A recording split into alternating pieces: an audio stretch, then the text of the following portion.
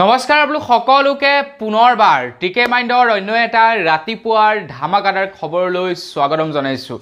আজি দেওবাৰ তো ভিডিওটো অকনমান দীঘলীয়া হ'ব পাৰে, শেষলৈকে ভিডিওটো চাই থাকিব যিহেতু আপোনালোকৰ আজি কামকাজ বৰ বিশেষকৈ নাই। তো গোটেই কেইটা খবৰ আপোনালোকে শুনিবলৈ নাপাহৰিব। আপোনালোকৰ তাতে বাৰু প্ৰথম পৰ্যায় আৰু দ্বিতীয় পৰ্যায়ৰ ইলেকশ্যন হৈ গ'ল নে নাই হোৱা কমেণ্ট এটা কৰি জনাব। আই থিংক 7 তাৰিখৰ দিনাখন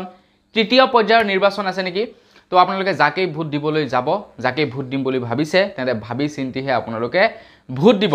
তো বন্ধু বান্ধৱীসকল, আজি আপোনালোকক কেইবাটাও গুৰুত্বপূৰ্ণ খবৰ জনাম। তো শেষলৈকে চাই থাকিব। আগতীয়াকৈ এটা ৰিকুৱেষ্ট কৰিম, যদি ভিডিওটো চাই ভাল লাগে, খবৰকেইটা যদি জানি আপোনালোকৰ ভাল লাগে তেন্তে প্লিজ লাইক এটা কৰিবলৈ কিন্তু নাপাহৰিব, একদম কিন্তু নাপাহৰিব, আৰু লগতে চেনেলটো ছাবস্ক্ৰাইব কৰি ল'ব। তো আগবাঢ়িছোঁ আজিৰ প্ৰথমটো খবৰ ফালে। প্ৰথমটো খবৰ ওলাইছে জিএছটি কালেকশ্যনৰ ওপৰত, জিএছটিৰ ওপৰত ওলাইছে ইয়াৰ পাছৰটো খবৰ। আজিকালি আপোনালোকে যেতিয়াই নেকি সৰু ডাঙৰ কিবা ব্যৱসায় এটা আৰম্ভ কৰিবলৈ যায় তেতিয়া আপোনালোকে প্ৰথমে জিএছটি নাম্বাৰ ল'ব লাগে, তেতিয়াহে আপোনালোকে বিজনেছ কৰিব পাৰে। তো বন্ধু বান্ধৱীসকল, ধৰি লওক আপোনালোকে সৰুকৈ এখন গেলামালৰ দোকান খুলিছে, ধৰি লওক গাঁৱৰ ভিতৰতে, তেতিয়া সেইটো বেলেগ কথা। কিন্তু আপোনালোকে যদি চহৰ অঞ্চলত, আপোনালোকে যদি টাউন এৰিয়াত এখন দোকান খোলে, আপোনালোকৰ ইনকম যদি ভাল, আপোনালোকে যদি ভাল বিকা বিক্ৰী কৰে তেন্তে জিএছটি নাম্বাৰ ল'বই লাগিব। প্ৰত্যেকেই ল'ব লাগে, গাঁৱত খুলিলে বুলি যে ল'ব নালাগিব সেইটো কথা নহয়। কিন্তু গাঁৱৰ দোকানবিলাক চকুত যেনিবা অকণমান কমকৈ পৰে, তো সেইকাৰণে জিএছটি নাম্বাৰটো নল'লেও চলি যায়। কিন্তু চহৰ অঞ্চলত যদি আপোনালোকে এখন দোকান কৰি আছে, চ' আপোনালোকে জিএছটি নাম্বাৰ ল'বই লাগিব। তো এপ্ৰিল মাহত, এইটো হৈছে মে' মাহ, তো এপ্ৰিল মাহত কেন্দ্ৰ চৰকাৰে প্ৰায় 2 লাখ কোটি টকাৰ জিএছটিৰ ৰাজহ সংগ্ৰহ কৰিছে। মই আপোনালোকক ইয়াৰ আগৰ এটা ভিডিঅ'ত জনাইছিলোঁ যে জিএছটি কোন কোন ফালৰ পৰা কিমান পৰিমাণে আহে। তো সেই ভিডিঅ'টো যদি এতিয়ালৈকে চোৱা নাই আপোনালোকে চাই ল'বগৈ। বাকী ইয়াতে আপোনালোকক ক'বলৈ নাযাওঁ যে কি প্ৰক্ৰিয়াৰ দ্বাৰা জিএছটি কোন ফালৰ পৰা ক'ৰ পৰা কেনেকৈ বেছি আহে, ইয়াতে আপোনালোকক সেই বিষয়ে বাৰু নুবুজাওঁ। এতিয়া সুপ্ৰিম কোৰ্টে কেন্দ্ৰ চৰকাৰৰ ফালৰ পৰা ডাটা বিচাৰিছে। সুপ্ৰিম কোৰ্টে কৈছে যে কিমান লোকে ডিফল্ট হৈছিলে জিএছটি পে' নকৰাৰ কাৰণে, কিমান লোক জিএছটি পে' নকৰাৰ কাৰণে এৰেষ্ট হৈছে, সকলোবিলাক ডাটা এতিয়া কেন্দ্ৰ চৰকাৰৰ ফালৰ পৰা এতিয়া সুপ্ৰিম কোৰ্টে বিচাৰিছে। কাৰণ জিএছটিক লৈ সাংঘাতিক ৰকমে প্ৰেছাৰ দিয়া হৈছিলে ব্যৱসায়ীসকলৰ ওপৰত, জিএছটি নাম্বাৰ ল'বই লাগিব, যদি জিএছটি নাম্বাৰ নলয় তেন্তে বিপদত পৰিব, বিজনেছ কৰিব নোৱাৰিব। তো বহু লোকে জিএছটি নাম্বাৰ, মানে একাংশ লোকেই জিএছটি নাম্বাৰ লৈছে, যাৰ কাৰণে নেকি জিএছটিৰ কালেকশ্যন ইমানকৈ হৈছে 2 লাখ কোটি টকা। ধেমালি নেকি? আমাৰ অসমৰ বাজেটো ইমান নহয়, চাগে কেইবছৰৰ আমাৰ অসমৰ বাজেট চলি গ'লহেঁতেন 1 মাহৰ কালেকশ্যনতে, তাৰ কোনো ঠিক নাই। গতিকে ইমানখিনি জিএছটিৰ কালেকশ্যন। চ' এতিয়া কেন্দ্ৰ চৰকাৰৰ ফালৰ পৰা ডাটা বিচাৰিছে, সুপ্ৰিম কোৰ্টে ডাটা বিচাৰিছে কেন্দ্ৰ চৰকাৰক। কাৰণ আপোনালোকে হয়তো জানেই যে এই কেইদিন বহুতো এনেকুৱা ধৰণৰ ঘোটালাৰ বিষয়ে খবৰ ওলাইছে। ছাপ'জ যদি মই আপোনালোকক ক'বলৈ যাওঁ ইলেক্টৰেল বণ্ডৰ কথা, য'ত নেকি এতিয়া বৃহৎ এটা ঘোটালাৰ কথা ওলাই পৰিছে, কিন্তু সেইবিলাক বৰ বিশেষ প্ৰচাৰ হোৱা নাই, 2-এটা চেনেলে প্ৰচাৰ কৰিছে, ঠিক তেনেকুৱা ধৰণৰ, আৰু সৰ্বসাধাৰণ মানুহে সেইবিলাক বুজিও পোৱা নাই ভালদৰে। চ' তেনেকুৱা ধৰণৰ। গতিকে এতিয়া জিএছটি ডাটা বিচাৰিছে সুপ্ৰিম কোৰ্টে। দেখা যাওক যে কেতিয়ালৈকে জিএছটি ডাটা ছাবমিট কৰে কেন্দ্ৰ চৰকাৰে সুপ্ৰিম কোৰ্টক। আগবাঢ়িছোঁ ইয়াৰ পাছৰটো খবৰ ফালে। ইয়াৰ পাছৰ খবৰটো সুপ্ৰিম কোৰ্টে দিয়া এটা ৰায়দানৰ ওপৰত ওলাইছে। এইটো এটা বেলেগ টাইপৰ ৰায়দান, গতিকে প্ৰত্যেকজন ব্যক্তিয়ে এই ৰায়দানটোৰ বিষয়ে জানি থোৱাটো দৰকাৰ। মানে যি নেকি সুপ্ৰিম কোৰ্টে এটা গোচৰৰ অধীনত ৰায় প্ৰদান কৰিছে, সেই গোচৰৰ ৰায়টো আপোনালোকে মানে ভালদৰে শুনি লওক। তো বন্ধু বান্ধৱীসকল, কোনোবা এজন XYZ ব্যক্তিয়ে যদি ধৰি লওক বিয়া পাতি থৈছে, তেখেতৰ যেনিবা ৱাইফো আছে, তেখেতৰ যেনিবা ল'ৰা ছোৱালীও ইতিমধ্যে আছে, তাৰ পাছতো তেখেতে যেনিবা কোনোবা এজনী ছোৱালীৰ লগত ডেট কৰি আছে, আৰু সেই ছোৱালীজনীয়ে যেনিবা গম পায় যে এই ল'ৰাজনৰ বা সেই পুৰুষজনৰ অলৰেডি এগৰাকী পত্নী আছে, ল'ৰা ছোৱালী আছে, তো গম পায়ো যেনিবা ৰিলেশ্যনত আছে, ডেট কৰি আছে। তো তেনেকুৱা ক্ষেত্ৰত যদি ফিজিকেলি ৰিলেশ্যন হয়, কিবা কাৰণত ফিজিকেল ৰিলেশ্যন হয়, আৰু তাৰ পাছত যদি সেই ল'ৰাজনে যদি ছোৱালীজনীক বিয়া পাতিবৰ কাৰণে অমান্তি কৰে, তেন্তে ছোৱালীজনীয়ে যদি সেই ল'ৰাজনক ৰেপ কেছত ফচাই বা জোৰ জবৰদস্তি কৰিছে বুলি যদি গোচৰ তৰিবলৈ যায়, বা মোক বিয়া পাতিবই লাগিব বুলি যদি সেইটো তেখেতে জোৰ কৰিবলৈ যায়, জোৰ জুলুম কৰিবলৈ যায়, নহ'লে তোমাক মই ফচাই দি মোক বিয়া পাতিবই লাগিব, তো এনেকুৱা ধৰণৰ যদি জোৰ জুলুম কৰিবলৈ যায় তো তেনে ক্ষেত্ৰত সেই পুৰুষজন নফচে বুলি জনাইছে। তো সেই ক্ষেত্ৰত সেইটো ৰেপ কৰাক নুবুজায় বুলি জনাইছে। সুপ্ৰিম কোৰ্টে জনাইছে যে যদিহে ছোৱালীজনীয়ে অলৰেডি গম পায় সেই পুৰুষজনৰ পত্নী আছে, পুৰুষজনৰ ল'ৰা ছোৱালী আছে, তো তাৰ পাছতো যদি সেই ছোৱালীজনীয়ে সকলোবিলাক জানি বুজিও সেই পুৰুষজনৰ লগত ডেটিঙত থাকে বা ৰিলেশ্যনশ্বিপত থাকে, তো সেইটোক ৰেপ কৰা নুবুজায় বুলি জনাইছে। তেনে ক্ষেত্ৰত ল'ৰাজনৰ দুখ নাই বুলি জনাইছে। গতিকে অকণমান সাৱধান। আজিকালি দেখেই নহয় আপোনালোকে বিয়া পতাৰ পাছতো লিলিমাই কৰি থাকে। গতিকে ছোৱালীবিলাক বি কেয়াৰফুল, উল্টাই আকৌ আপোনালোকে পাছত ফচিব পাৰে। আগবাঢ়িছোঁ ইয়াৰ পাছৰটো খবৰ ফালে। আমাৰ ভাৰতবৰ্ষত এতিয়া যিবিলাক মাৰ্কেটত বস্তু বিক্ৰী হয় প্ৰায়বিলাক বস্তুতে এতিয়া বিভিন্ন ধৰণৰ ভেজাল, তামাম ভেজাল। এতিয়া চৰকাৰবিলাকে কিয় ইয়াৰ ওপৰত একো পদক্ষেপ নলয় সেইটো চৰকাৰে বুজিব। কিন্তু আপোনালোকে শুনিলে আচৰিত হ'ব, যিটো নেকি পতঞ্জলি কোম্পানীৰ যিবিলাক নেকি সা সামগ্ৰী বিক্ৰী হয়, মেক্সিমাম সা সামগ্ৰীতে কেমিকেল মিলোৱা থাকে। আৰু এনেকুৱা কিছুমান কেমিকেল মিলোৱা থাকে যিবিলাক কেমিকেলে আমাৰ দেহত যথেষ্ট পৰিমাণৰ ক্ষতি কৰিব পাৰে। পতঞ্জলি কোম্পানীৰ যিটো নেকি মধু সানি, তো তেওঁলোকে কয় এইটো পিয়ৰ সানি বুলি, পিয়ৰ মৌৰ পৰা এইটো তৈয়াৰ কৰা সানি বুলি কয়। কিন্তু যোৱাকালি মই এটা খবৰ পাইছিলোঁ, যিটো খবৰত দেখা পাইছোঁ যে পতঞ্জলিৰ যি নেকি মৌ মানে মৌজোল, পতঞ্জলিৰ মৌজোলত চাইনাৰ চিৰাপ মিহলোৱা থাকে বুলি জনাইছে। গতিকে কিমান খাটাৰনাক বস্তু, গতিকে ভাবকচোন। তো তেওঁলোকক চৰকাৰে কিয় তেওঁলোকৰ এগেইনষ্টত একো পদক্ষেপ নলয় ইয়াৰ ওপৰত নাজানো। কিন্তু সুপ্ৰিম কোৰ্টে সিদিনাখন প্ৰায় 14টাকৈ সা সামগ্ৰী বন্ধ কৰি দিলে পতঞ্জলি কোম্পানীৰ। গতিকে আপোনালোকে পতঞ্জলিৰ বস্তু ব্যৱহাৰ কৰাৰ পৰা মোৰ মতে অকণমান আঁতৰতেই থাকিব। এতিয়া খবৰ ওলাইছে যে আমাৰ ভাৰতবৰ্ষত ব্যৱহাৰ হোৱা যিবিলাক নেকি পাউডাৰযুক্ত মছলা আছে, পাউডাৰ মছলাবিলাকত মেক্সিমাম পাউডাৰ মছলাত এনেকুৱা কিছুমান কেমিকেল মিহলি কৰে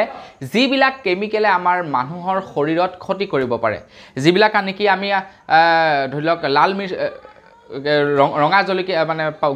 জলকীয়া গুড়ি খাওঁ, তো সেইবিলাকত বোলে ইটা গুড়ি মিলোৱা থাকে, এনেকুৱা ধৰণৰ বস্তু মিহলোৱা থাকে। হালধিত কিবা কিবি মিহলোৱা থাকে। তো এতিয়া নেছলে কোম্পানীৰ চেৰেলেকতো আপোনাৰ প্ৰচুৰ পৰিমাণে চেনি মিহলোৱা থাকে। তো এনেকুৱা ধৰণৰ বিভিন্ন ধৰণৰ কেমিকেল মিলোৱা থাকে আমাৰ ভাৰতবৰ্ষত বিক্ৰী হোৱা সা সামগ্ৰীবিলাকত। এতিয়া সুপ্ৰিম কোৰ্টে নিৰ্দেশনা দিছে ফেচাই লৈ, আৰু ফেচাই হৈছে ফুড ছেফটি ডিপাৰ্টমেণ্ট ছাৰ্ভিচ আমাৰ ভাৰতবৰ্ষৰ। এতিয়া ফেচায়ে কি কৰিব, আমাৰ ভাৰতবৰ্ষত যিবিলাক সা সামগ্ৰী বিক্ৰী হয় প্ৰত্যেকবিলাক সা সামগ্ৰী, একেবাৰে গাখীৰ পৰা ধৰি চাউলৰ পৰা ধৰি প্ৰত্যেকবিধ সা সামগ্ৰী এতিয়া ফেচায়ে টেষ্ট কৰিব। আৰু যিটো কোম্পানী বা যিটো সামগ্ৰীতে ভেজাল পাব সেই সামগ্ৰীটো বেন কৰিব বুলি জনাইছে। তো ইমান দিন কি কৰি আছে, অলৰেডি বেন কৰি দিব লাগে। আগবাঢ়িছোঁ ইয়াৰ পাছৰটো খবৰ ফালে। আমাৰ ভাৰতবৰ্ষত কি জানো হৈছে, ইটোৰ পাছত সিটো বেমাৰে দেখা দিছে জনসাধাৰণৰ মাজত। প্ৰথমে আহি গ'ল ক'ভিড-19 পাছতেই এটা বেমাৰে দেখা দিলে, যিটো আপোনাৰ পশু পক্ষীৰ পৰা হৈছিলে। বিশেষকৈ সেই বেমাৰটো বাৰু পশু পক্ষীৰ গাত হৈছিলে, যিটোৰ নাম একজেক্টলি কি আছিলে পাহৰিলোঁ বাৰু। যি কি নহওক, এতিয়া আমাৰ অসম মেডিকেল কলেজৰ অধ্যক্ষই কৈছে যে এইকেইদিন সঘনাই অসম মেডিকেল কলেজত কলেৰা ৰোগৰ পেচেণ্টৰ সংখ্যাটো বাঢ়িছে বুলি জনাইছে। কলেৰা ৰোগটো এইটো নতুন ৰোগ নহয়। এই কলেৰা ৰোগৰ ফলত ভাৰতবৰ্ষত বহুতো মানুহ মৃত্যুমুখত পৰিছিলে আজিৰ পৰা বহু বছৰৰ পূৰ্বে।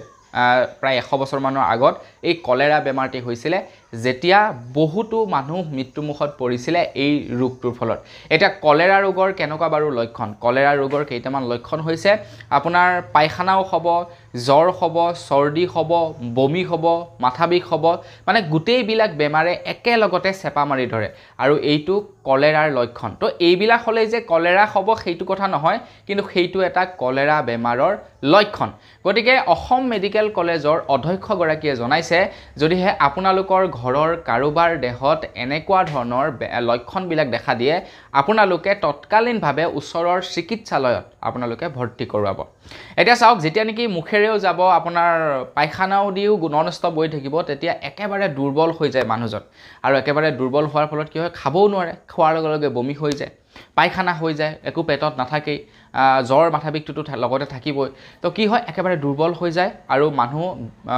বিপদৰ ফালে গুচি যায় তো সেই কাৰণে অসম মেডিকেল কলেজৰ অধ্যক্ষই কৈছে যে আপোনালোকে পৰাপক্ষত হস্পিটেলত গৈ ভৰ্তি কৰোৱাব তাৰ চিকিৎসা নাইকিয়া নহয় চিকিৎসা আছে বাৰু কাৰণ আজিৰ পৰা 100 বছৰ আগত চিকিৎসা নাথাকিব পাৰে কিন্তু এতিয়া চিকিৎসা তাৰ প্ৰপাৰ চিকিৎসা আছে গতিকে আপোনালোকে লগে লগে হস্পিটেলত ভৰ্তি কৰোৱাব নহলে আপোনালোকৰ বিপদ হ'ব পাৰে আৰু আটাইতকৈ ডাঙৰ কথাটো হৈ গ'ল এই কলেৰা বেমাৰটো খুচৰা বেমাৰ পায়খানাৰ পৰা বা আপোনাৰ বমিৰ পৰা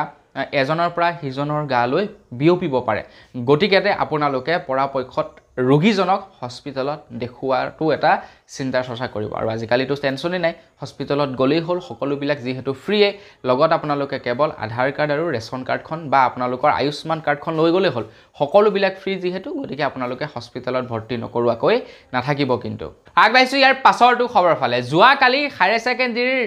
ৰিজাল্টৰ দিয়াৰ কথা আছিলে যোৱাকালি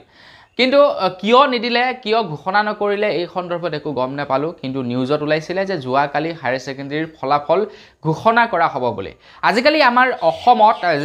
ৰিজাল্ট দিয়াৰ কথা হয়তো চাগে স্বয়ং শিক্ষামন্ত্ৰীও নাজানে নেকি খুব কম সময়ৰ আগতহে চাগে শিক্ষামন্ত্ৰীয়ে গম পায় যে অহা কালিলৈ বা আজি ৰিজাল্ট ঘোষণা কৰা হ'ব বুলি আমি মেট্ৰিকৰ ৰিজাল্টৰ সময়তো দেখিছিলো যে শিক্ষামন্ত্ৰীগৰাকীয়ে গম পোৱা নাছিলে যে মেট্ৰিকৰ ফলাফল ঘোষণা কৰা হ'ব এতিয়া তেওঁলোকক এনেই জাষ্ট আৰু পদবীটোহে দি ৰাখিছে নেকি নাজানো আৰু বাকি যি কি নহওক খবৰ ওলাইছিলে কি কয় হায়াৰ ছেকেণ্ডাৰী ৰিজাল্ট দিব বুলি কিন্তু ৰিজাল্ট নিদিলে যোৱাকালি এতিয়া সেবাৰ কৰ্তৃপক্ষৰ ফালৰ পৰা জনাইছে যে কেতিয়া ৰিজাল্ট দিয়া হ'ব সেইটোৰ বিষয়ে এতিয়াও সিদ্ধান্ত কৰা নাই যেতিয়াই নেকি শিক্ষামন্ত্ৰীৰ ফালৰ পৰা অৰ্ডাৰ আহিব তেতিয়া জনাই দিব বুলি জনাইছে তো ময়ো আপোনালোকক জনাই দিম কেই তাৰিখে ৰিজাল্ট ঘোষণা কৰে কিন্তু শিক্ষামন্ত্ৰী ডাঙৰীয়াই ইয়াৰ আগত যোৱাকালি ডেটটো আই থিংক কৈছিলে যে ৰিজাল্ট দিব বুলি আগবাইছো ইয়াৰ পাছৰটো খবৰ ফালে আমাৰ অসমত যিবিলাক নেকি ডাম্পাৰ চলে ডাম্পাৰবিলাকক কন্ট্ৰোল কৰিবৰ কাৰণে অসম পৰিবহন বিভাগৰ তৰফৰ পৰা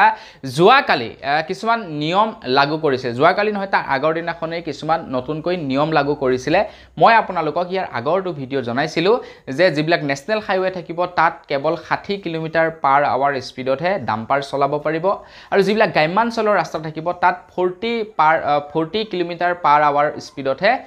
ডাম্পাৰ চলাব পাৰিব ডাম্পাৰ বিলাকৰ কাৰণে বাকি বিলাকৰ কাৰণে কোনে ডাম্পাৰৰ কথা কৈছিল তো বন্ধু বান্ধৱীসকল আমাৰ অসমত যেনেকৈ নেকি ৰোড এক্সিডেন্ট বিলাক হ'বলৈ ধৰিছে তো সেই ৰোড এক্সিডেন্ট ৰোধ কৰিবৰ কাৰণে এই নতুন নিয়ম বান্ধি দিছিলে অসম পৰিবহন বিভাগৰ তৰফৰ পৰা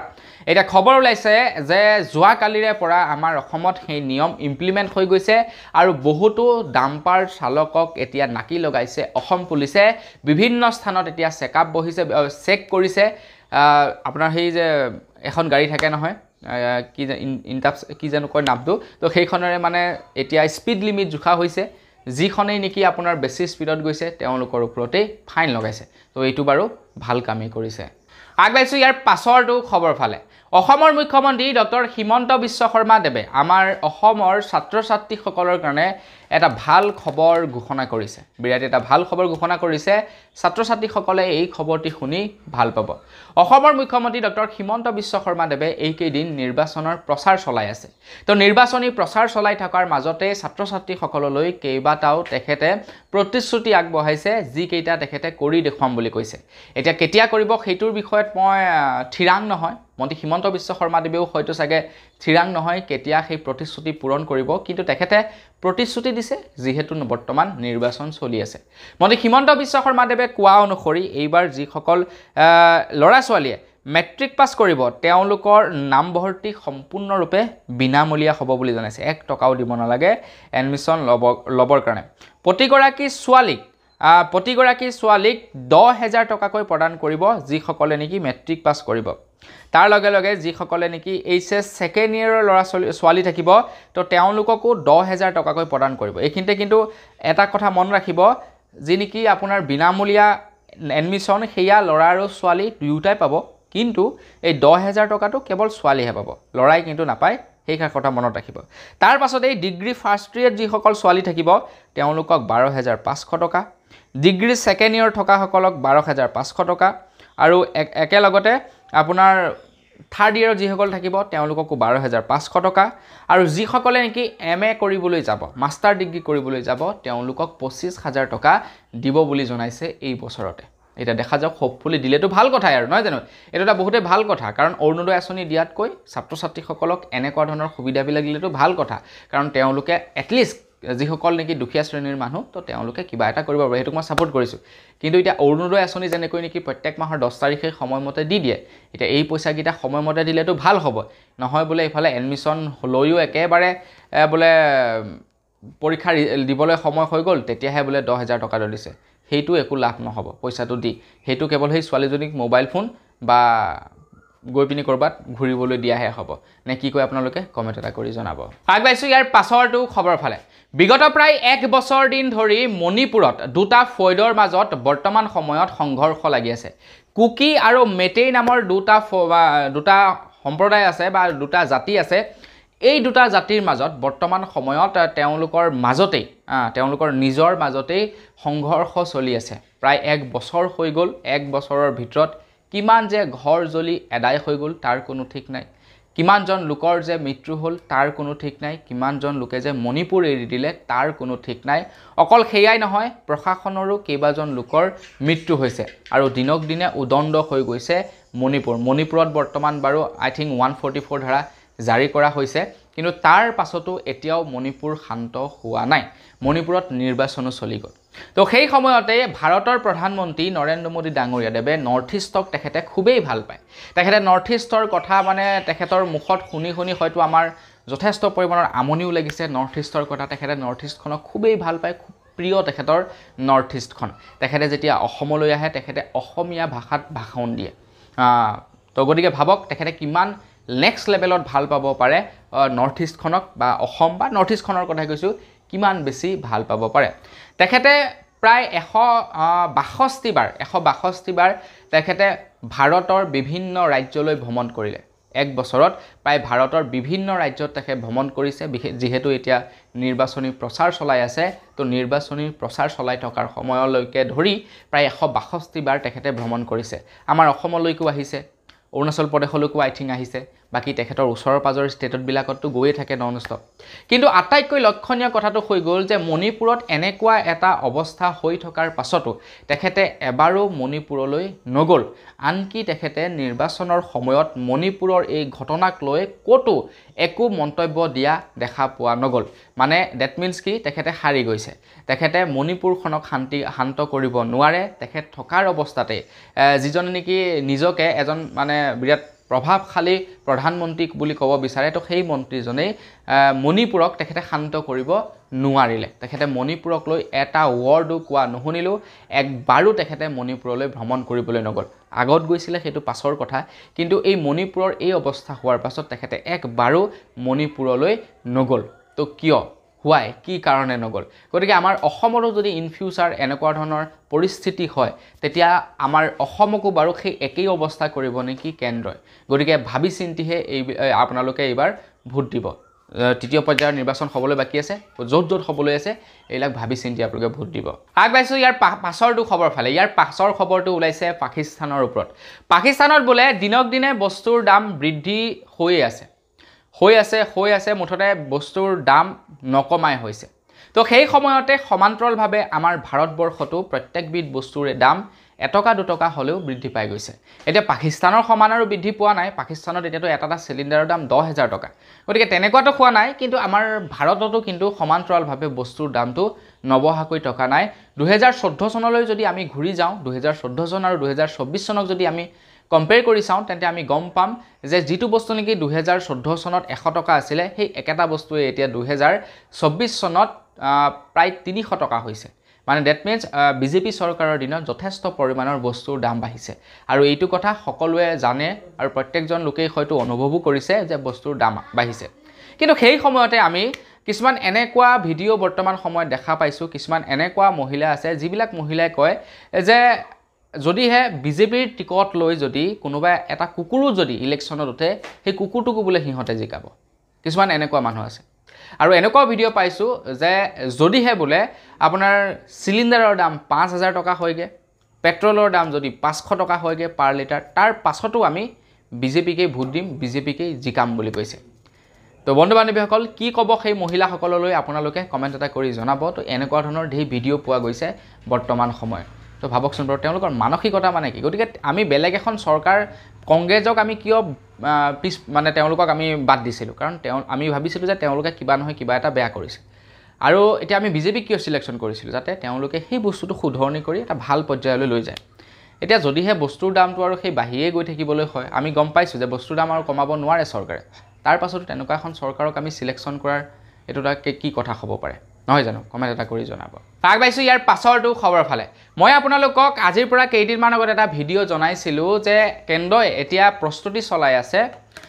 আমাৰ অসমত বাংলাদেশীৰ নাগৰিকত্ব দিয়া, আমাৰ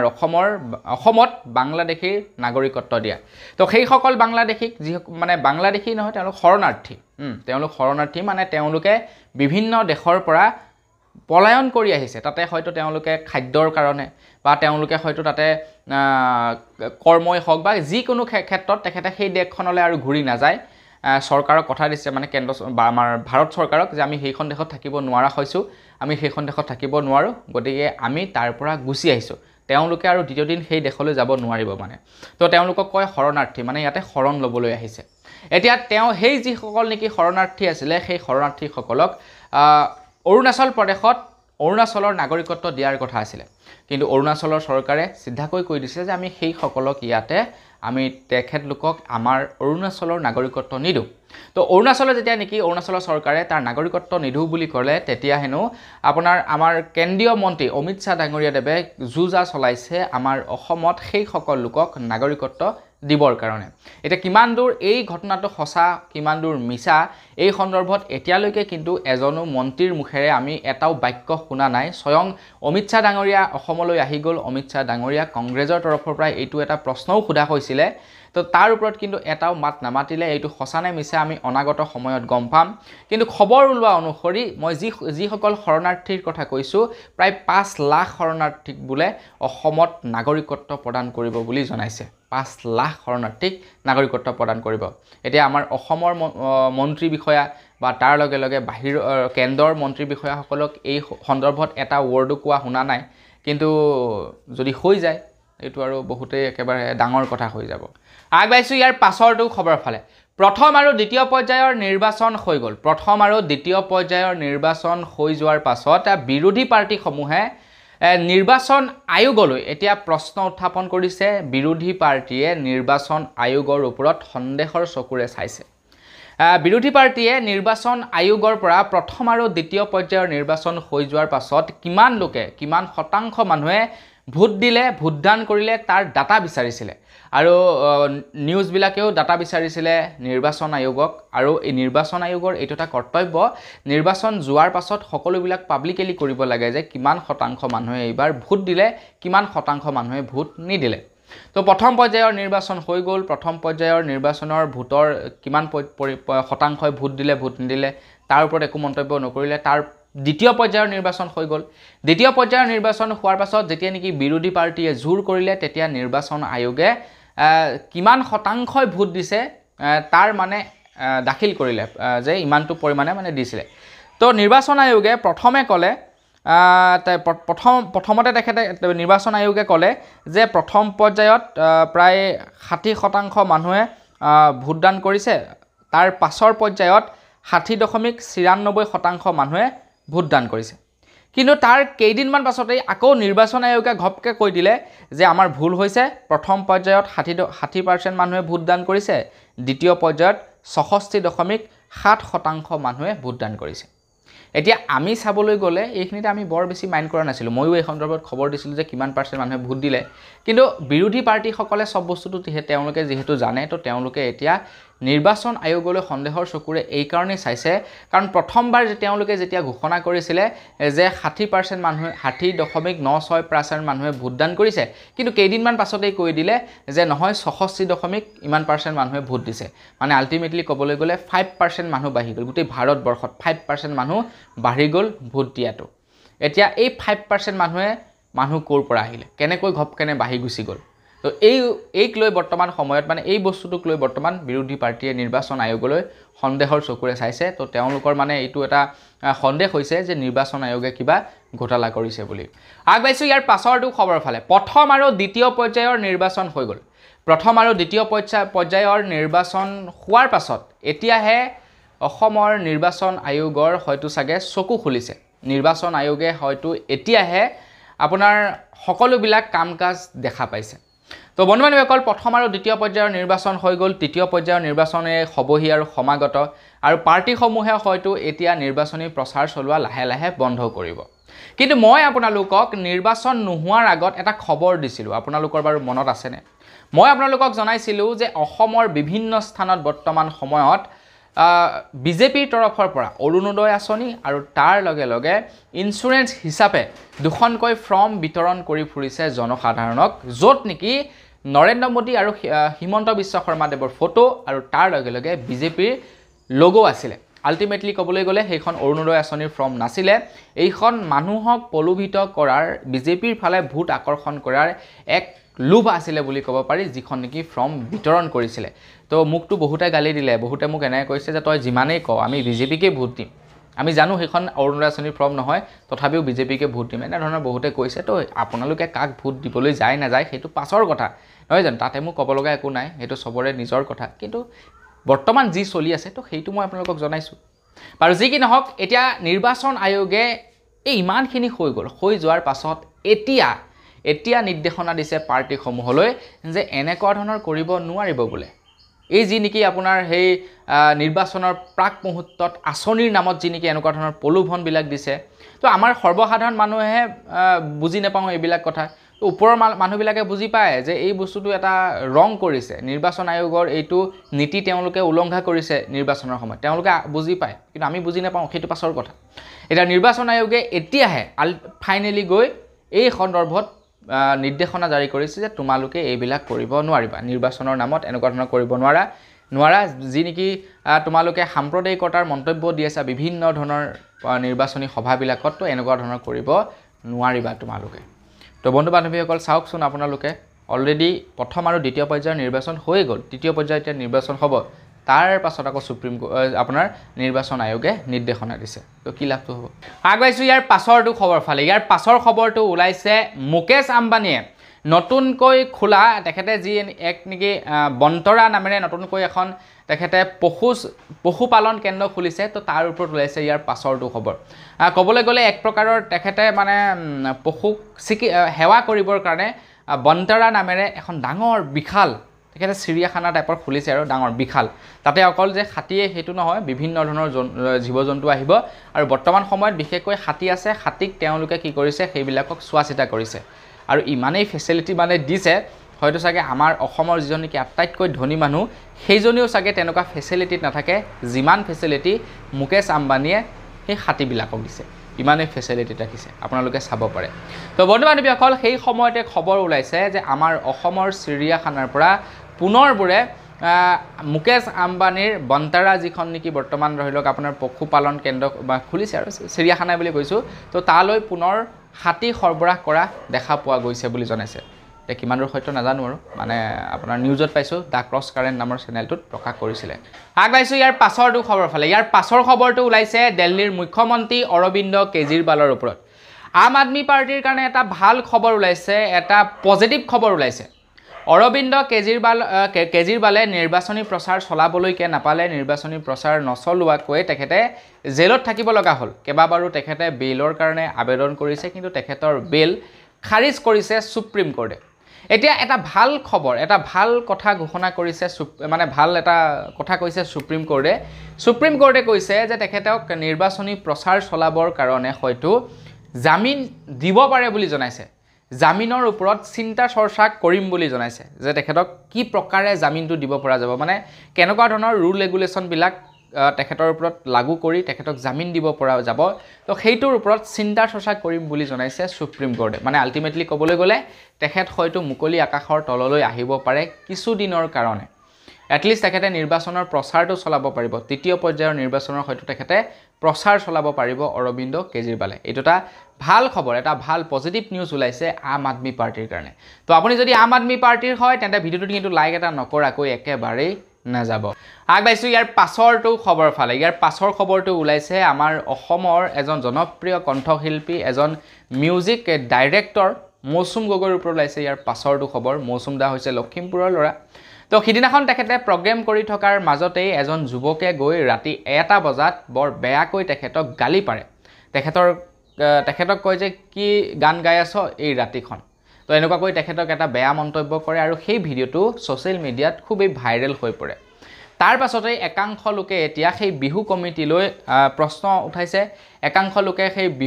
বিহু কমিটিক আজে বাজে বেয়াকৈ গালি পাৰিছে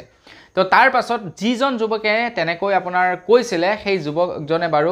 অৱশেষত গৈ ক্ষমা খুজিছে অসমবাসীৰ ওচৰত ক্ষমা খুজিছে মৌচুম গগৈৰ ওচৰত ক্ষমা খুজিছে সেই বিহু কমিটিৰ ওচৰত তেখেতে কৈছে যে বিহু কমিটিৰ লগত মোৰ কোনো ধৰণৰ সম্পৰ্ক নাই মই কেৱল বিহু চাবলৈহে গৈছিলোঁ মই তেখেতক বেলেগকৈ কিবা ক'বলৈ গৈছিলোঁ কিন্তু ভুলতে মোৰ মুখৰ পৰা কি হৈ গ'ল নাজানো তো এনেকৈ ওলাই গুচি গ'ল তো দ্বিতীয়বাৰৰ বাবে আৰু এনেকুৱা নহয় বুলি তেখেতে ক্ষমা খুজিছে হয় চাগে তেখেতে যিটো এৰিয়ত ক্ষমা খুজিছে ন তো হয় চাগে তেখেতে ভুলতে কৈ পালে নেকি মানে ক'বলৈ গৈছিলে চাগে কিবা এটা অলপমান হয়তো চাগে দিও আছিলে তো ভুলতে বেলেগ কিবা কৈ পালে বাৰু যাই হওক ভুলটো হয় আৰু এবাৰ ভুল হ'লে সেইটো ক্ষমা কৰিব পৰা যায় কিন্তু বাৰে বাৰে যদি সেইটো হয় আৰু তেতিয়া সেইটো ক্ষমা কৰিব পৰা নাযায় আগবাইছো ইয়াৰ পাছৰটো খবৰ ফালে ইয়াৰ পাছৰ খবৰটো ওলাইছে আমাৰ ভাৰতৰ প্ৰাইভেট ডক্টৰসকলৰ ওপৰত তো বন্ধু বান্ধৱীসকল আমাৰ ভাৰতত বিভিন্ন স্থানত প্ৰত্যেকজন ডক্টৰে চৰকাৰী ডক্টৰবিলাকে প্ৰাইভেট যিকোনো হস্পিটেলত কৰবাত নহয় কৰবাত ৰোগীক চায় আপোনালোকে চাব মই এটা কথা বুজি নাপাওঁ কিছুমান এনেকুৱা ডক্টৰ আছে ডক্টৰসকলৰ বিষয়ে বেয়াকৈ ক'ব নাপায় বাৰু তো তেওঁলোক প্ৰায় ভগৱানৰ তুল্য আৰু বেমাৰ আজাৰ হ'লে তেখেতে একদম পুৰা জমৰ মুখৰ আগৰ পৰা উভতাই আনে তো বেয়াকৈ ক'ব নাপায় কিন্তু কিছুমান ডক্টৰ এনেকুৱা থাকে আপুনি একেজন ডক্টৰকে একেজন পেচেণ্টকে আপোনালোকে চৰকাৰী হস্পিটেলত লৈ যাব এনেকৈ চুইও নাচায় তেওঁলোকে চুই নোচোৱাকৈ আপোনাৰ বেমাৰ কি হৈছে কি নাই হোৱা সকলোবিলাক কৈ দিব আৰু আপোনাক প্ৰেছক্ৰিপশ্যন লিখি দিব ঔষধ লিখি দিব আপোনাক চুই নাচায়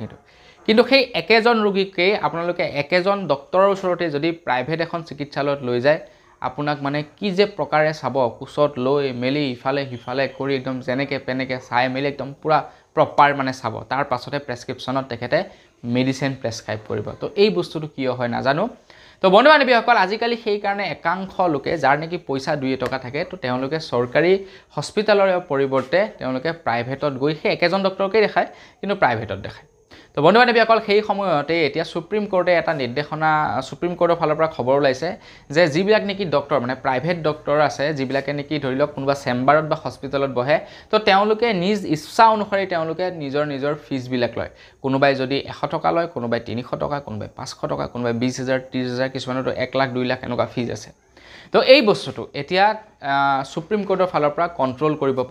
কণ্ট্ৰোল কৰিব বুলি জনাইছে এটা চাওক মানে আপোনাৰ প্ৰাইভেট যিসকল ডক্টৰ তো তেওঁলোকে নিজ ইচ্ছামতে কাম কৰিব পাৰে কিন্তু তাৰ পাছতো জনসাধাৰণৰ পৰা এনেকৈ পইচা লোৱাটো এইটো এটা মানে যুক্তিসংগত কথা নহয় গতিকে তেওঁলোকক যদি কণ্ট্ৰোল নকৰে এইটো বাঢ়িয়ে গৈ থাকিব তো সেইকাৰণে ইয়াৰ ওপৰতো কিবা নতুনকৈ ৰুল ৰেগুলেশ্যন আনিব বুলি জনাইছে আগবাইছো একেবাৰে শেষৰটো খবৰ ফালে একেবাৰে শেষৰ খবৰটো ওলাইছে কোভিড-19 ইনজেকশ্যনক লৈ বৰ্তমান যি নেকি বিতৰ্ক চলি আছে সেই বিতৰ্কৰ ওপৰত ওলাইছে ইয়াৰ পাছৰটো খবৰ তো কোভিড-19 ইনজেকশ্যনক লৈ এটা বিতৰ্ক চলি আছে বিতৰ্কটো হৈছে যে কোভিড-19 ইনজেকশ্যন ল'লে বোলে মানুহ হাৰ্ট এটেকত মৃত্যু হয় কোভিড-19 ইনজেকশ্যন লোৱাৰ পাছত আমাৰ ভাৰতত দিনক দিনে কোভিড-19 ইনজেকশ্যন লোৱাৰ পাছত হাৰ্ট এটেকৰ মৃত্যু হোৱা সংখ্যা বৃদ্ধি পাইছে এতিয়া যোৱাকালিৰ ভিডিঅ'টোত এজনে কমেণ্ট কৰিছিলে তেখেত অকমান ডাঙৰ বয়োজ্যেষ্ঠ মানুহ হ'ব তো তেখেতে মানে মোক প্ৰশ্ন কৰিছে যে আগতে কি কোভিড-19 ইনজেকশ্যন লোৱাৰ আগত কি হাৰ্ট এটেকত মানুহ মৰা নাছিলে নেকি মানে মোক প্ৰশ্ন কৰিছে তো মৰিছে হাৰ্ট এটেকত নহয় এনে নৰ্মেলিও মৰিছে কোভিড-19 ইনজেকশ্যন নিদিয়াৰ আগত নৰ্মেলি মানুহ মৰিছে কিন্তু কোভিড-19 ইনজেকশ্যন যিটো কোম্পানীয়ে বনাইছিলে সেই কোম্পানীটোৱে এতিয়া স্পষ্টীকৰণ দিছে যে তেওঁলোকৰ বেজি লোৱাৰ পাছত মানুহ হাৰ্ট এটেকত মৃত্যু হ'ব পাৰে বুলি তেওঁলোকে ষ্টেটমেণ্ট দিছে গতিকে সেইটোৰ পৰা এটা সন্দেহ কৰিছে ছবি অকল মই নহয় মানে ডক্টৰসকলে সন্দেহ কৰিছে যে এতিয়া যিসকল নেকি হাৰ্ট এটেকত মৃত্যু হৈছে তো তেওঁলোক হয়তো সেই কোভিড-19 ইনজেকশ্যন লোৱাৰ ফলতেই মৰিছে বুলি এটা তেওঁলোকে মানে সন্দেহ কৰিছে কাৰণ তেওঁলোকে নিজেই ষ্টেটমেণ্ট দিছে যে হয় এই বেজিটো লোৱাৰ পাছত কোভিড-19ৰ এই ইনজেকশ্যনটো লোৱাৰ পাছত আপোনাৰ হাৰ্ট এটেকত মানুহ মৰিছে বুলি তেওঁলোকে নিজেই ষ্টেটমেণ্ট দিছে গতিকে মই সেইটোকে কৈছিলোঁ তাত মোৰ কি কথাটো থাকে নহয় জানো বাকি যি কি নহওক আজিৰ ভিডিঅ' জনাবলগীয়া খবৰ ইমানেই আছিলে খবৰকেইটা জানি কেনেকুৱা লাগিলে কমেণ্ট এটা কৰি জনাব যদি ভাল লাগে লাইক এটা কৰিবলৈ নাপাহৰিব চেনেল যদি ছাবস্ক্ৰাইব কৰে ছাবস্ক্ৰাইবটো কৰি ল'ব পুনৰ এটা ভিডিঅ' লগ পোৱাৰ খালি বিদায় মাগিছোঁ ধন্যবাদ জয় অসম